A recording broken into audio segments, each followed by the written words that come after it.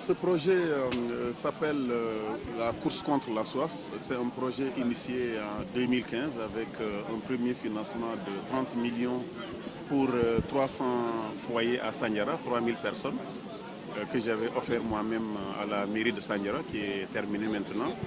Et la deuxième phase commence maintenant avec mon ami, mon partenaire Martine Moi, qui nous vient de Clermont-Ferrand, la présidente de l'association Vivre en Brousse, qui a déjà beaucoup investi dans le domaine de l'eau, 1,3 milliard.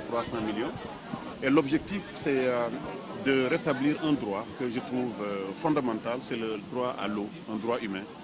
Le droit à l'eau, le droit à la santé, le droit à l'électricité, le droit à l'éducation. Pour moi, c'est des droits universels qu'on doit tout de suite donc satisfaire. Et donc c'est un projet qui concerne en réalité 30 villages, 57 quartiers, d'un montant total de 185 millions dans la zone nord de Sandiara et dans la zone sud de Sandiara. Alors ce projet consiste à installer dans ces villages de l'eau potable pour arrêter définitivement l'eau de pluie et également soulager les femmes, ces braves femmes qui tous les matins allaient sur plusieurs kilomètres chercher de l'eau sur leur tête, sur des bassines de 30 litres, de 20 litres, et ça qui doit maintenant être terminé.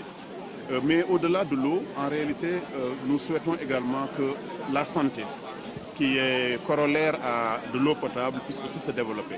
Donc ce projet s'accompagne d'un projet de dispensaire et de maternité et d'un projet qui va démarrer dans les mois à venir.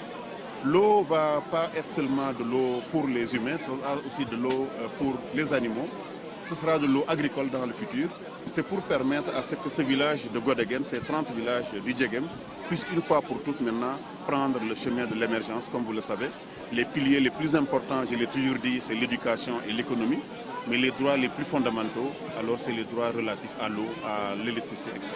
Donc nous sommes très heureux aujourd'hui de pouvoir compter sur notre partenaire français, Martine Moi, mais aussi sur le ministère de l'Hydraulique et l'OFOR qui nous ont quand même offert 9 à 10 km de tuyaux pour aussi pouvoir connecter certains villages. Le projet sera connecté à partir du réseau de Ndiosmon pour la partie nord et à partir donc du forage qui est à côté de Balabougou pour la partie sud. Alors une fois que le réseau sera installé, il sera remis encore à CO qui va maintenant pouvoir gérer directement le réseau au niveau des villages. Donc c'est un jour nouveau pour nous, c'est une page triste que le Djegem va tourner, la page de la soif. Je trouve que c'est une pierre blanche qu'on vient de poser et c'est tout simplement pour moi le départ vers le développement intégral, le développement de cette zone, le développement de l'économie et le développement du dispensaire, de la santé, de l'école et des collèges. Voilà juste ce que je voulais dire sur cette journée d'aujourd'hui.